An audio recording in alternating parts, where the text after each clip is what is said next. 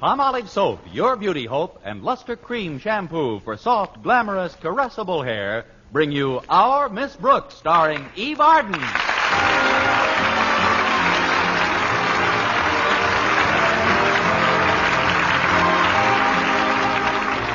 Our Miss Brooks teaches English at Madison High School, and what with the overcrowded classrooms and a rather rigorous schedule, has had a pretty busy time during the past semester. But not busy enough, evidently, to suit Mr. Osgood Conklin, Madison's beloved warden, a principal. Just recently, Mr. Conklin organized a school banking system. And who do you think was selected for the honor of handling this noble project at no increase in salary? Well, it wasn't Barney Baruch. I've had to take care of all the records single-handed. Oh, I'm not complaining. I think it's admirable for people to be saving and frugal, especially if you've got something to save. But I didn't count on the complications that set in last week. It seems that after school Thursday, I had $25 of the students' money in an envelope, which I placed on the dresser in my room at Mrs. Davis's. I intended to deposit it Friday morning and had asked Mrs. Davis to wake me at the usual time. I was sleeping very heavily when she knocked on my door. Connie? Oh, Connie. Connie, are you in there? No, I'll be back in 15 minutes. Come on now, Connie. You've got to get up. Oh, why? To go to school. I graduated from school a long time ago. Well, not such a long time ago. Before you do anything else, dear, I want you to see the surprise I've got for you here in this box. In this box? Go on, open it, Connie. Well, I don't understand, Mrs. Davis. It isn't my birthday or anything. Why, it's a dress. Oh, you shouldn't have done it, Mrs. Davis. Oh, sure I should have. No, you shouldn't. Yes, I should. I bought it with practically found money. Found money? Yes, I found it on your dresser yesterday. I knew that you'd left it for me to cover the back rent you owe. But frankly, Connie, I didn't expect it so soon and so... Mrs. Davis. Yes, Connie. You shouldn't have done it. But why not? Don't you like the dress, Connie? Sure, I like the dress. I love the dress. But will the district attorney care for it? What district attorney? Well, don't you see, Mrs. Davis, that wasn't my money. I was going to deposit that for the students. And today also happens to be the day Mr. Conklin inspects my bank records. That is a coincidence, isn't it? Yeah, the happiest coincidence since Frankenstein met the Wolfman. Look, I know you meant well, and I hate to hurt your feelings, but really... Oh, you won't hurt my feelings, Connie. I'm a lot like my sister Angela that way. She just refuses to harbor bad thoughts. That's very nice, Mrs. Davis, but from what you've told me about Angela, sometimes she doesn't harbor any thoughts at all. Yes, she is terribly absent-minded, poor dear. But sometimes that's for the best. What's for the best? What's for the best for who? If you'll punch my transfer, I'd like to get off here. You see, Mrs. Davis, I've got a big problem today. That money that paid for that dress didn't belong to me. It didn't? I've already told you, Mrs. Davis, it was part of the students' savings. Oh, Connie, then you shouldn't have done it. But I didn't do it. You did it. Ignorance of the law is no excuse. Oh, this is terrible. Let's see that box again. Oh, you got the dress at Sherry's department store. Maybe they'll take it back and refund the money. You see, Connie, I thought you left the money for the back rent you owe. And so I know you did, just Mrs. Davis, and I appreciate the thought more than I can tell you. But if you'll excuse me, I've got to get ready now. Walter Denton's picking me up in a few minutes. Oh, did you have another accident with your car, Connie? Just a slight collision with a new Hudson, Mrs. Davis. What happened? Well, you know the ad they have? Hudson, the car you stepped down into? Yes. Well, this one I drove down into.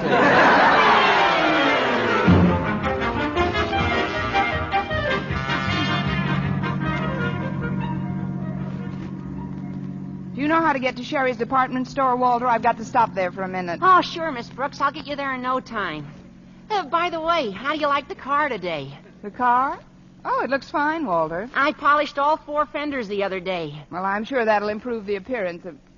What fenders? You haven't got any fenders on the car at all. Oh, of course not. They're home in my garage. I only put them on weekends. Weekend? Well, sure. Even people don't dress up every day in the week. I see. No sense in hitting a sloppy pedestrian with a natty car. Exactly.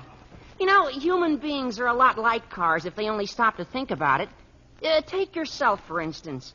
The way you look this morning. I know. Stanley Steamer. I'm only trying to be helpful, Miss Brooks. You look a little worried about something. Is there anything I can do? Nothing I can think of offhand, Walter. Just keep it under your hat. You keep what under my hat? The information you're going to worm out of me by the time we get to Sherry's. Oh. Well, what is the information? It's about the school banking system. Oh, that. I know that's a big pain in the neck to you, but that's nothing to get depressed about. Gosh, did you see the papers this morning? No, I didn't get a chance. Well, you ought to read the story in the bulletin. Oh, that'd cheer you up. It's all about a woman embezzler who was caught stealing $19,000 from the Federal Trust Company. They just gave her 10 years in the clink. I feel better already. Well, she didn't even get a chance to spend any of the dough she embezzled. I guess honesty's the best policy after all. Wish I'd taken out a policy like that. And right in the same paper is another story that'd make you glad just to be working at school, Miss Brooks. It's about conditions in the state reformatory for women.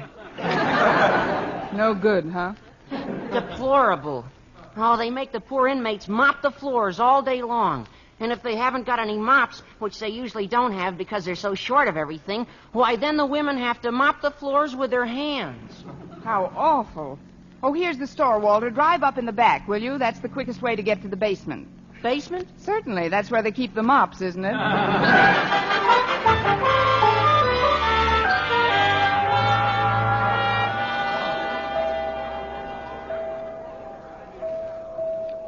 Let's see now. Adjustment office. This must be it. I beg your pardon. Come in. You're my very first adjustment today. Sit down, won't you, Miss... Brooks, Constance Brooks. How do you do, Miss Brooks? I'm Mr. Pearson. Would you like a cigarette? No, thanks. I'm in kind of a... cup of coffee? No, I've got to get to school pretty quickly. Good for you. There's nothing I like better than a nice, punctual pupil. This interview may not be as unpleasant as I anticipated. I'm not a pupil, Mr. Pearson. I'm a teacher at Madison High. But the reason I dropped in here is to return a dress someone bought for me. Well, you know the motto of Sherry's, don't you? If you're not satisfied, we cheerfully refund your money. That's what I've heard. And that's what we do. Now then, about this dress. You don't like it? Yes, I do. I like it very much. But it doesn't fit quite properly. Well, I can't be certain about that because, frankly, I didn't even... The color. Oh, you don't like the color. I think the color is peachy. I see. And so it clashes with your complexion. You don't understand. I just can't keep the dress. I've got to get the money back. Well, that's what we're here for. In Sherry's, your money is cheerfully refunded. She'd stop being cheerful and start refunding. And now then, first of all, we must have a valid basis for adjustment. Tell me, how did you find out that the material in this garment is inferior? Inferior? I didn't find out that... The sales lady told you, didn't she? Miss Morgan. Miss Morgan? So, you know her. Well, there's no sense trying to shield her, Miss Brooks. I knew there was a leak somewhere. We'll have a loyalty check in the morning. Look, somebody bought me this dress with money that, well, it shouldn't have been spent. Why not, Miss Brooks? Don't answer that. I know. It was counterfeit money. Young woman, I'm surprised at you. Surprised and shocked. Now, just a minute, Mr. Pearson. There was nothing wrong with the money Mrs. Davis paid for this dress. So, Mrs. Davis paid for the dress.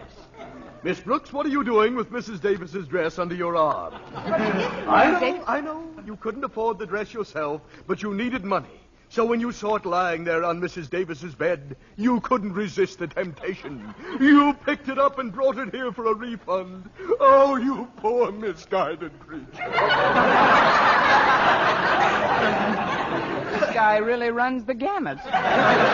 Listen, Mr. Pearson, Mrs. Davis is my landlady. She bought me a dress for a present in this store yesterday. Well, why didn't you say so, Miss Brooks? You see, yesterday we had our final clearance sale of ladies' dresses, and of course, in a closeout of that sort, there can never be any refund. What? But remember, anything else you buy can be returned within 60 days, and Sherry's will cheerfully refund your money. Well, that's just dandy. And the next time you have a sale, be sure and get in touch with me. Yeah, I'll be glad to. Where can we reach you? Just drop into any post office. You'll find my number under my picture.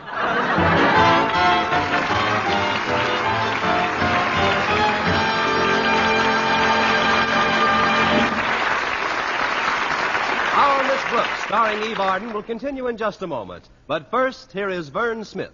Ladies, what's your complexion problem? My skin's so dingy. Mine's oily. My skin's dull, coarse-looking. Doctors have proved that many complexion problems respond wonderfully to proper cleansing with Palmolive soap, regardless of age, skin type, or previous beauty care. Oily skin looks less oily. Dull, drab skin fresher and brighter. Coarse-looking skin appears finer. Even tiny blemishes, incipient blackheads disappear or improve. To win such complexion improvements, simply use Palmolive soap. Nothing but Palmolive, the way doctors advise. Wash your face with Palmolive soap 3 times a day. Massage with Palmolive's wonderful beauty lather for 60 seconds each time to get its full beautifying effect. Then rinse. Look for improvements in your complexion within 14 days. For remember, 36 doctors, leading skin specialists, advise this way for 1,285 women with all types of skin. Young, old, dry, oily, normal, and proved it could bring lovelier complexions to 2 out of 3. So forget all other beauty care. Use Palmolive soap the way these doctors advised for a fresher, brighter complexion. For loveliness all over, use big, thrifty bath-size Palmolive in your tub or shower.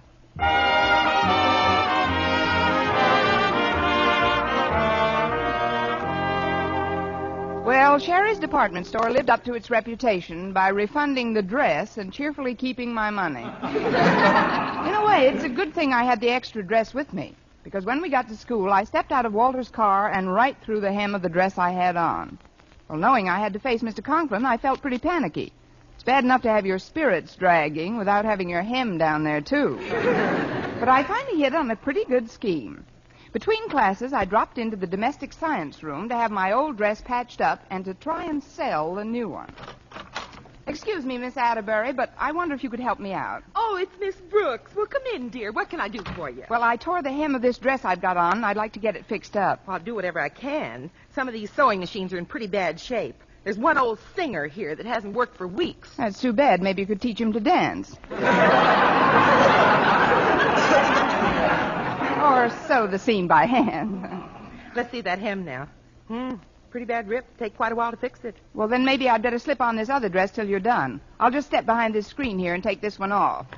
Oh, there. You got it? Yes, I'll start stitching it up right away. Good. I'll certainly appreciate it, Miss Atterbury. Well, I've got this one on. How do you like it? Why, it's lovely, Miss Brooks. I wish I had one like it. You have, Miss Atterbury. I've decided this dress is not my type, so you're welcome to it for $25. Only $25? That's a steal, Miss Brooks. Let's use another word, shall we? Now, if you'll excuse me, Miss Atterbury, I've got to get over to Mr. Conklin's office. All right, Miss Brooks, and I'll have your other dress all fixed when you come back. Then we'll try the new one on me. Of course, I weigh 186, but I hope I can get into it. Just have the $25 ready. You'll get into it. Oh, one thing, Miss Atterbury. Yes? While I'm gone, try and lose a few pounds.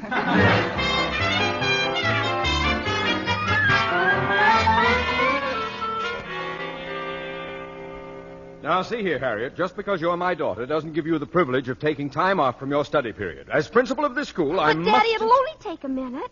I just want your permission to withdraw $3 from my school savings account. I've just got to have a new sweater. Harriet, it distresses me to hear you talk this way. Why, do you realize that it's invariably a craving for unnecessary finery that is the basis for most of the crimes committed by women? But, Daddy... Just this morning, there was a story in the paper about a woman being held as an embezzler. And do you know what her alibi was? She needed clothes. I tell you, it's a disgrace what this civilization is coming to. Show me a well-dressed girl who has only a moderate income, and I'll show you an embezzler. Good morning, Mr. Conklin. Oh, good morning, Miss Brooks. I see we have on a new dress. Oh, is yours new, too? This is sort of new. Well, yes. Hello, Harriet. Hi, Miss Brooks. Run along, Harriet. I have some important matters to discuss with Miss Brooks. All right, Daddy. We'll take my matter up later on, huh? Dismissed, girl. Yes, sir. Now then, Miss Brooks, have you brought all the student banking records with you? Well, not exactly all of them, Mr. Conklin. Then how many? None of them. You see, I wanted to double-check some of the items before you and I did the final recap, and, What are you trying to tell me, Miss Brooks? Oh, I'm not trying to tell you anything, Mr. Conklin. The less, the better. You see, there's one more deposit I've got to make today before the records tally. Very well, Miss Brooks. I'll wait until lunch period. We'll have a long lunch period, Mr. Conklin. It may take me quite a while. To do what, Miss Brooks? To start a pyramid club. See you later, Mr.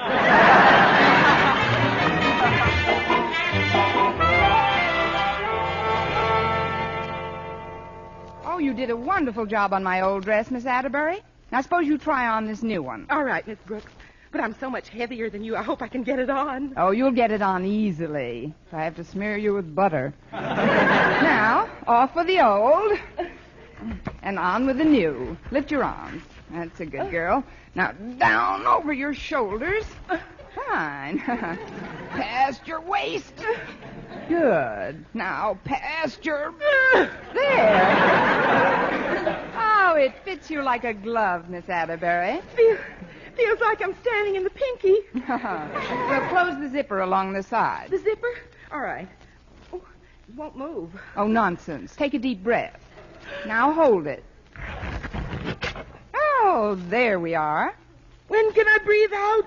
Oh, don't be a child. You look lovely in it, Miss Atterbury. Thanks, Miss Brooks. But I can't hold my breath any longer. What happened? Nothing much. The zipper just returned to at ease. That's what I like about this dress, Miss Atterbury. It brings out the real you. Gods of you. I guess we will have to alter it a little, but if you'll just give me that $25 now, I'd like to go and make... Just a minute, Miss Brooks. I don't know if I want to buy this dress right now. Here, let me take another deep breath. The latest thing, plunging neckline. The fashion experts say that necklines are going further south every year. I know. Of course, this one's on its way to Mexico City, but I'm sure the dress can be made to fit And you. I'm sure it can't, Miss Brooks. We just weren't made for each other. Help me get it off, will you? All right, Miss Atterbury, but you're overlooking a great buy. After all, breathing isn't everything. There you are. I've got an idea. Why don't you dye the dress? Dye it? What color? Flesh color. Then you wouldn't have to worry about the zipper. No, I guess not. Oh, there's the lunch period. I've got to hurry over to Mr. Boynton's laboratory. Oh, did Mr. Boynton invite you to lunch, Miss Brooks? That's why I've got to hurry. He's just going to.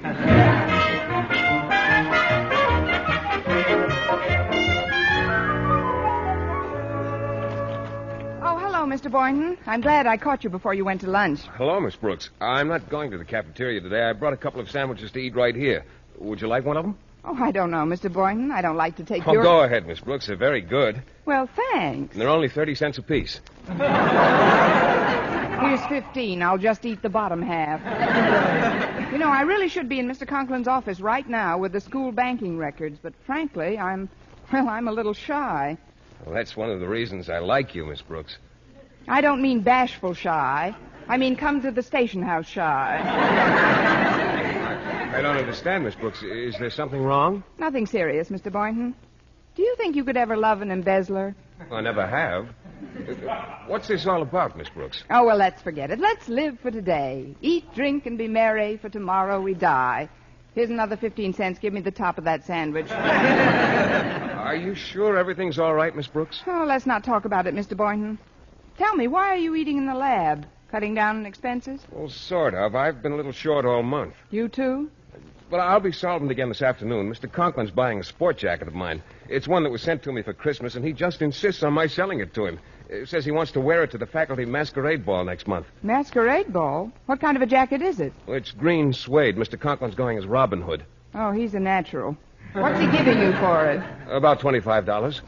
Gee, I'm glad I dropped in today. It's good to see you, Mr. Boynton. Well, thanks, Miss Brooks. What are you going to wear to the masquerade, Mr. Boynton? Well, I don't know. I haven't made up my mind yet. You only think you haven't made up your mind yet. Mr. Boynton, I happen to have in this box the ideal costume for you. Oh, but Miss Brooks, Let me unwrap it for you. Now, tell the truth, Mr. Boynton. Who always wins the grand prize at fancy dress affairs? Men who dress as women.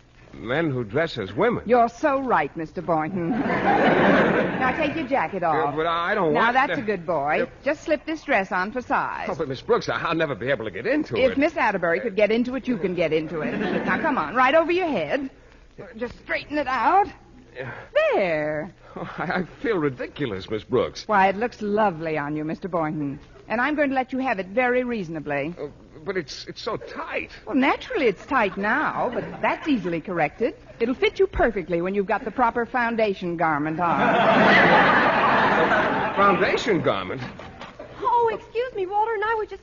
Oh, hi, Miss Brooks. Hello, Harriet, Walter. We were... Who's your friend? What a bill! Walter, please. It's Mr. Boynton. Mr. Boynton? I'm just trying on a masquerade costume. Oh, I see. Well, the reason we were looking for you, Miss Brooks, was to tell you that Daddy wants to go over those school savings records right away. I know he does, Harriet, but I haven't been able to make a certain deposit yet. However, as soon as I sell this dress to Mr. Boynton... I'm afraid I can't buy this, Miss Brooks. It's just not my type of costume. Oh, but Mr. Boynton... Well, wait a minute, Miss Brooks. If Mr. Boynton doesn't want the dress, maybe my mother will buy it. I know she's been saving up for one. Really, Harriet? Do you think she'd like it? Why, I think so. Would you mind modeling it for me, Mr. Boynton? Modeling it? You know, walk up and down with your hand on your hip. I had to do that once when I first joined a fraternity. No, but this is absurd. Please, Mr. Boynton, just a few steps. Well... A pretty girl is like a melody that haunts me. There you are, Miss Brooks. Oh, hello, Mr. Conklin. Hi, Mr. Conklin. hello, Mr. Conklin. Hello, Miss Boynton. Now then, Miss Brooks, I have been expecting... Mr. Boynton! I was just trying it on for size, Mr. Conklin, but... I know this is a biology laboratory, but what kind of an experiment is this? Oh, it's just the masquerade, Mr. Conklin. I don't want to hear any more about it. I presume you still haven't prepared the school savings record yet? No, I haven't, Mr. Well, Conklin. I'll be tied up for the rest of the day, but bring them to my home immediately after school. And they'd better balance. Let's see now, where were we? Oh, yes. She will leave you and then come back again.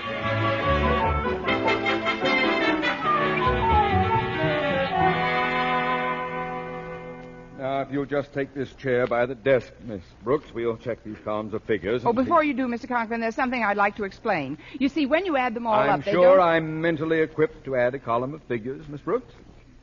6 and 8 of 14, 9, 23, me, 7 Osgood. please, Martha.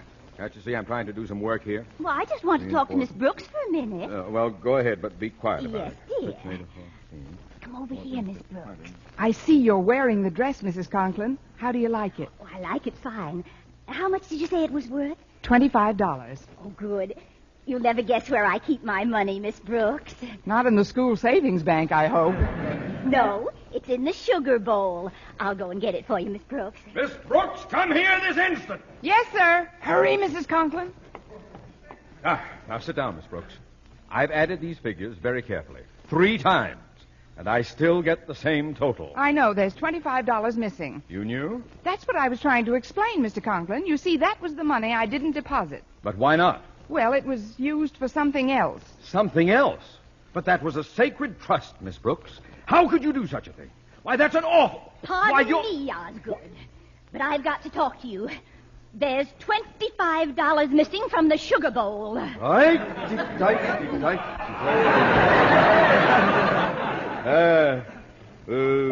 From the sugar bowl? Only you and I knew that money was there, Osgood. Well, you see, dear, my check isn't due for 2 weeks, and I want that money, Osgood. I want it now. But she wants the dough, Osgood, and she wants it now. See? What? Oh, well, I mean, not just anyone can play in the Sugar Bowl.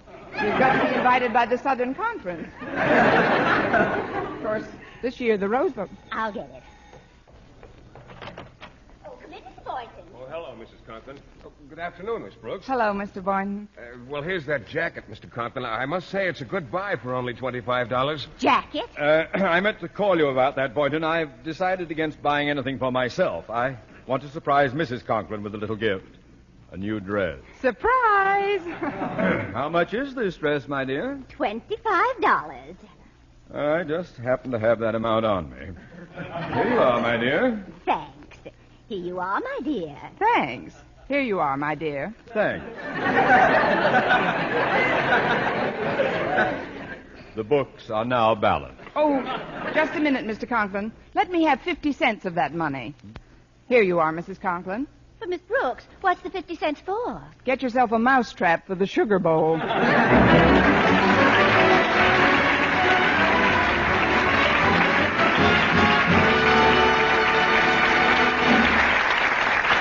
Arden as our Miss Brooks returns in just a moment. But first... Dream girl, beautiful luster cream girl. Tonight, show him how much lovelier your hair can look after a Luster Cream shampoo. Only Luster Cream brings you Kay Daumit's magic formula blend of secret ingredients plus gentle lanolin. Gives loveliness lather even in hardest water. Glamorizes your hair as you wash it. Luster Cream. Not a soap, not a liquid, but a dainty cream shampoo. Leaves hair fragrantly clean, free of loose dandruff, glistening with sheen. Soft, manageable. Gives new beauty to all hairdos or permanents. 4-ounce jar, $1. Smaller sizes, either tubes or jars. Tonight, try Luster Cream shampoo and be a... Dream girl, beautiful luster cream girl. You owe your crowning glory to a luster cream shampoo. And now, once again, here is our Miss Brooks. Well, after the records were straightened out Friday afternoon, Mr. Conklin gave me the money and told me to be sure and deposit it the following morning. This time I didn't leave it on my dresser. I put the $25 in an old pair of galoshes in the hall closet. I slept until almost 10 o'clock Saturday morning and was just getting out of bed when Mrs. Davis came in. Oh, I'm so glad you're up, Connie. I thought that was the cutest thing. You thought what was the cutest thing, Mrs. Davis? How you tried to give me some advance rent by slipping it into the galoshes you borrowed last week. Oh, no. You didn't take that money and buy me another dress. Of course not, Connie. I bought you a lovely leather briefcase to keep the students' savings in. Well, there's only one way out. Get me a needle and thread. A needle and thread? What are you going to do? What can I do? I'll sew some sleeves on it and sell it to Mrs. Conklin.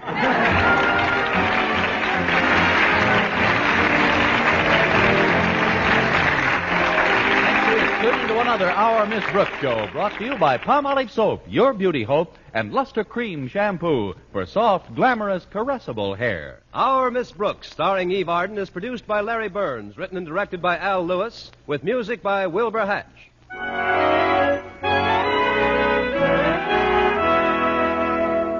Men, do you shave with a lather or brushless shave cream? Palmolive shaving cream comes both ways, and whichever way you prefer to shave, you'll find that using either Palmolive brushless or Palmolive lather shaving cream can bring you more comfortable, actually smoother shaves. Here's the proof. 2,548 men tried the new Palmolive way to shave described on the tube.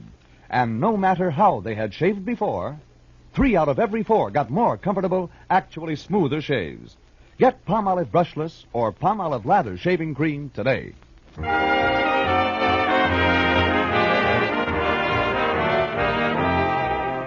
For mystery liberally sprinkled with laughs, listen to Mr. and Mrs. North, the exciting, fun-packed adventures of an amateur detective and his beautiful wife.